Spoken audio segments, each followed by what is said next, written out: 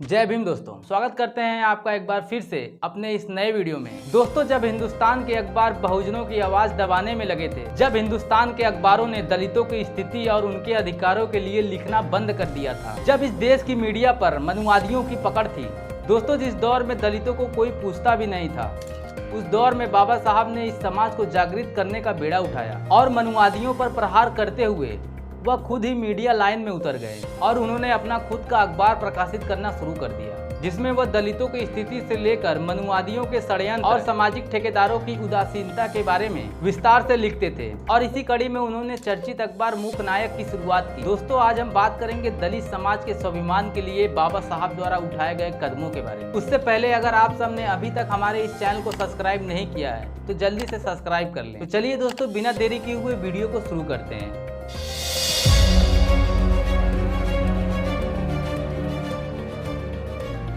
दोस्तों, 31 जनवरी 1920 को अपने अखबार मूक नायक के पहले संस्करण में बाबा साहब लिखते हैं कि अगर कोई इंसान हिंदुस्तान के कुदरती तत्वों और मानव समाज को एक दर्शक के नज़रिए से फिल्म की तरह देखता है तो यह मुल्क नाइंसाफी के पनाहगाह के सिवा कुछ नहीं दिखाएगा। दोस्तों, इस प्रकाशन के समय बाबा साहब की उम्र मात्र 29 वर्ष की थी। मूक नायक को लेकर अम्बेडकर लिखते हैं कि मुंबई जैसे इलाकों से प्रकाशित होने वाले अखबारों को देखकर लगता है कि उनके कई पन्ने एक खास जाति के हितों को लेकर समर्पित है।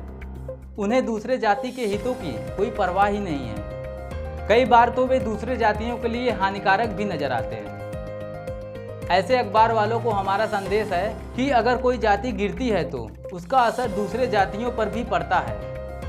यह समाज एक नाव की तरह है।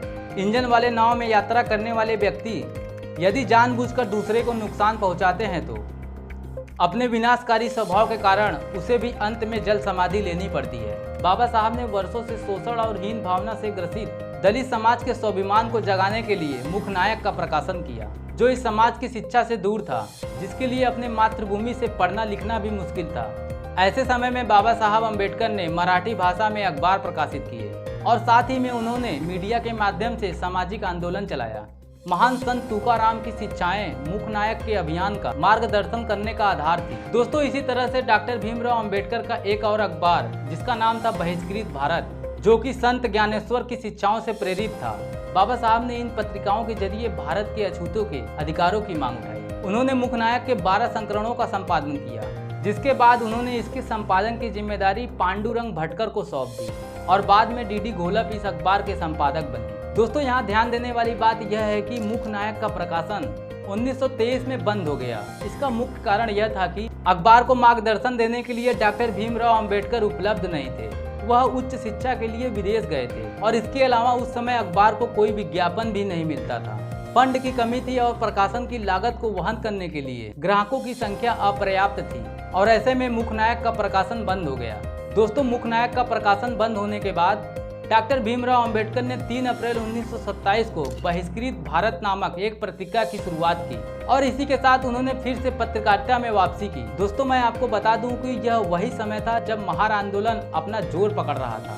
बहिष्कृत भारत 15 नवंबर 1929 तक 43 संस्करणों में प्रकाशित हुआ, लेकिन दोस्तों वित्तीय कठिनाइयों के कारण इसे भी बंद करना पड़ा। दोस्तों, दलित जाति के अखबार होने के कारण उस समय इन अखबारों को कोई फंड नहीं करता था, कोई अपना विज्ञापन नहीं देता था। हर तरफ से इन अखबारों को भेदभाव सहना पड़ता था, इसलिए बहिष्कृत भारत भी बंद हो गया। दोस्तों, मूक नायक और बहिष्कृत भारत की प्रत्येक संस्करण की कीमत मात्र 1.5 आना हुआ करती थी, जबकि डाक सहित उसकी वर्षीय कीमत मात्र 3 रुपये थी। दोस्तों, इसके अलावा डॉक्टर भीमराव अंबेडकर ने समता, प्रबुद्ध भारत और जनता जैसी कई पत्रिकाएं निकाली, जिसका मुख्य उद्देश्य इस समाज में दलितों की स्थिति को दुनिया के सामने लाना था और उन्हें उनका हक दिलाना था। दोस्तों, डॉक्टर भीमराव अंबेडकर काफी हद तक अपने इस प्रयास में सफल भी हुए थे। दोस्तों, आपको यह बताना चाहूंगा कि डॉक्टर भीमराव अंबेडकर अपने जीवन के 65 सालों में से लगभग 35 वर्ष पत्रकारिता की है। दोस्तों, मूक नायक से प्रबुद्ध भारत तक की उनकी यात्रा उनके जीवन यात्रा, विकास यात्रा और संघर्ष यात्रा का प्रतीक है। दोस्तों, बाबा साहब के बारे में कानून, अर्थशास्त्र और उनकी डिग्रियों को लेकर तमाम बातें बताई जाती हैं, लेकिन दोस्तों जिस प्रोफेशन को उन्होंने अपने जीवन के 35 साल दे दिए उसके बारे में ज्यादा बातचीत नहीं होती। यह मनुवादियों का थोपा हुआ षड्यंत्र है या आपकी और हमारी उदासीनता? दोस्तों, कमेंट सेक्शन में अपना जवाब जरूर दें। वीडियो पसंद आया हो तो प्लीज़ चैनल को सब्सक्राइब कर लें, बेल आइकन दबाना ना भूलें, क्योंकि मैं ऐसे वीडियो आप सबके लिए अक्सर लाते रहता हूँ। तो चलिए दोस्तों, मिलते हैं अगले वीडियो में, तब तक के लिए जय भीम जय भारत।